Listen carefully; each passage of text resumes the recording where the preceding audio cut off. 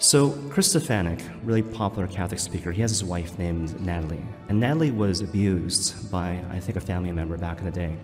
As a result of which she had trouble with physical intimacy with Chris in the context of their marriage. And so obviously a big part of the interview was Natalie giving testimony to her own struggles, but a big part of the interview as well was Chris talking about himself. Basically, just to kind of paraphrase, he realized that, gosh, in retrospect, I was kind of communicating to my wife, look, I need you to get better so that you can take care of me. And Jay Kim talks about this. He says, you know what, that is entirely appropriate for a child. But you gotta realize that your wife is not your mom. And if you don't realize that, then marriage becomes dysfunctional.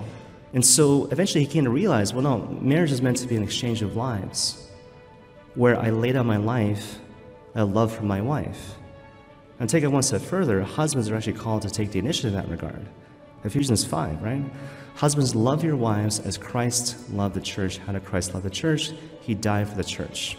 So the image of Christian marriage, husbands recurringly taking the initiative to die to themselves out of love for their wives to make them feel safe. I feel safe to be.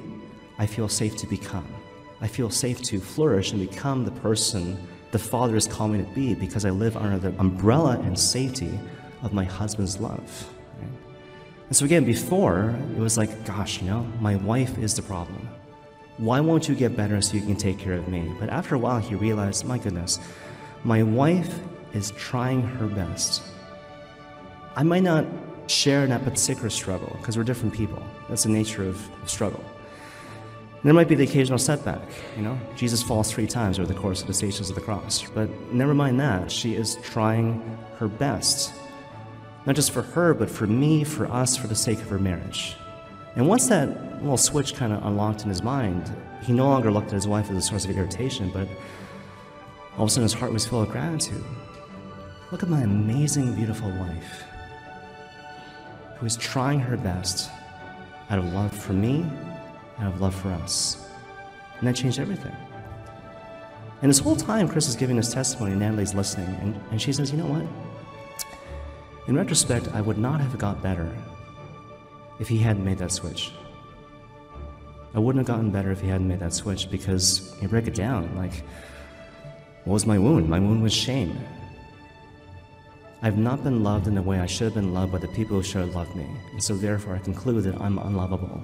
I'll never be seen, I'll never be known, I'll never be loved. My fundamental sense of identity seems to be what my shame tells me.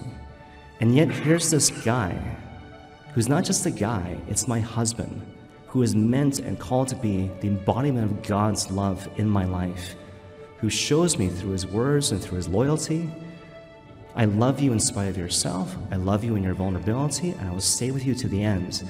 And so dare I believe that my shame doesn't reveal the ultimate truth of who I am. Maybe I am lovable despite my pain. Maybe I am lovable despite my pain and the things that have happened to me in the past. And again, in retrospect, she was like, I needed that. In the absence of that, I would not have become better. And what's more, that came to affect their kids in a really positive sort of way. So basically, their eldest daughter, Rosie, accidentally found out about Natalie's past. And so Natalie turned to Chris and said, look, take care of the kids. I'm going to go up with Rosie upstairs. They're laying on the bed, and Natalie just recounted everything about her past. And at first, Rosie was just completely distraught. Imagine all these different ways that people had hurt her mom, and she was just like, just really sad. And then Natalie was like, Rosie,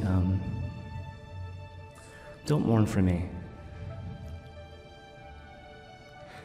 Rejoice with me because I am the living manifestation of God's redeeming love. So do not mourn for me, but share my joy and give glory to God. Incredible, you know? And I love that story, obviously. And the thing I want to propose to you, friends, is that it's meant to be your story and our story. But the secret is to lean into the cross. And I'm very precise with the language there.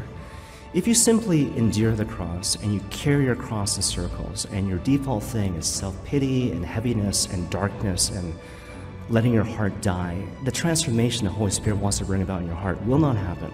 You need to have firm conviction that the cross has a singular ability to turn me into a person of substance and character and humility and another Christ in this world. It might not seem like it's happening, except it kind of is. Little by little, bit by bit. And the fruits of that, that's what you share with the world. Giving witness to this reality through your words and through your life. Look at what the Lord Jesus Christ is doing in my life, and therefore perhaps it's possible he could do the same thing in yours.